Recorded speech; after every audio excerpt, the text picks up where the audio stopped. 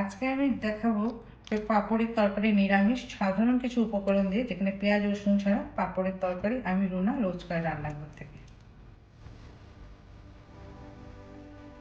আজ আমরা পাঁপড়ের নিরামিষ তরকারি দেখাবো। পাঁপড় রোল করে কি করে তরকারি হয়, এটা একদমই নিরামিষ, পেঁয়াজ রসুন ছাড়া। তো এটাতে লাগছে পাঁপড়, মুগ ডাল ভেজানো, এটাকে পেস্ট করে নিব, আলু, টমেটো। ডালটা মুগ ডালটা ছিল ওটাকে পেস্ট করে নিলাম, টমেটোটা ছিল ওটাকে কুচি করে নিলাম, আলুটা ছিল আলুটাকে সিদ্ধ করে লম্বা লম্বা করে কেটে দিলাম।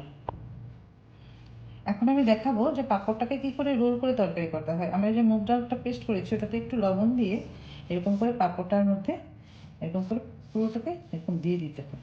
পুরোটার মধ্যে মুগ ডালটাকে মুগ ডালের পেস্টটাকে এরকম করে লাগিয়ে নিলাম, লাগিয়ে তারপরে এটাকে এরকম করে ফোল্ড করে দিতে হয়। দিলাম, তারপরে এটাকে এইভাবে কেটে নেব।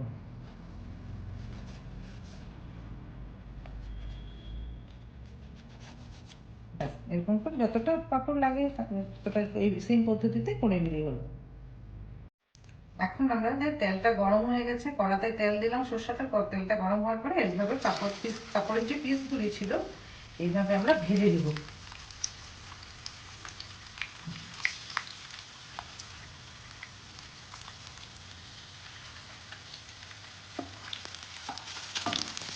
এখন এইভাবে আমরা তেলের থেকে এই যে ভাজা হয়ে যাওয়া পাঁপড়গুলিকে এইভাবে তুলে নেব।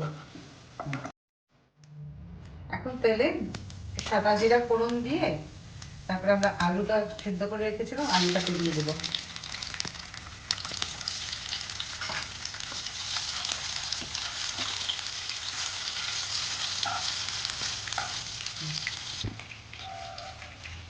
এই তরকারিতে দেওয়ার জন্য একটু হলুদ, একটু জিরার গুঁড়ো 1 চামচ পরিমাণ মতো, একটু লঙ্কার গুঁড়া পরিমাণ মতো, আর লবণ যে যেমন স্বাদ অনুযায়ী খান সেই। একটুখানি গুঁড়া গরম মশলা, শাহি গুঁড়া গরম মশলা। এটাকে আমরা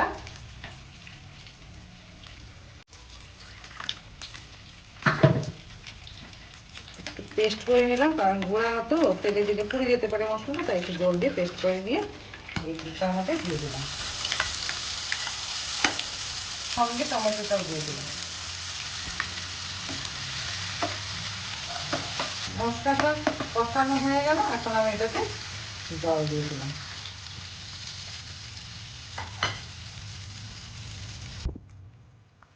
হ্যাঁ, ঝোলটা মোটামুটি আধা ফুটে গেছে, আলু টমেটো সেদ্ধ হয়ে গেছে।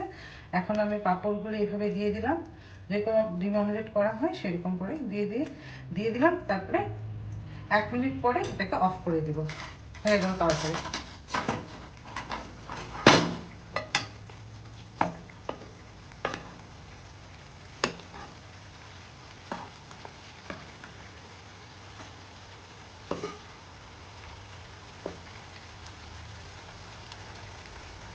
অফ করে দিলাম, 2 মিনিট হয়ে গেছে, অফ করে দিলাম।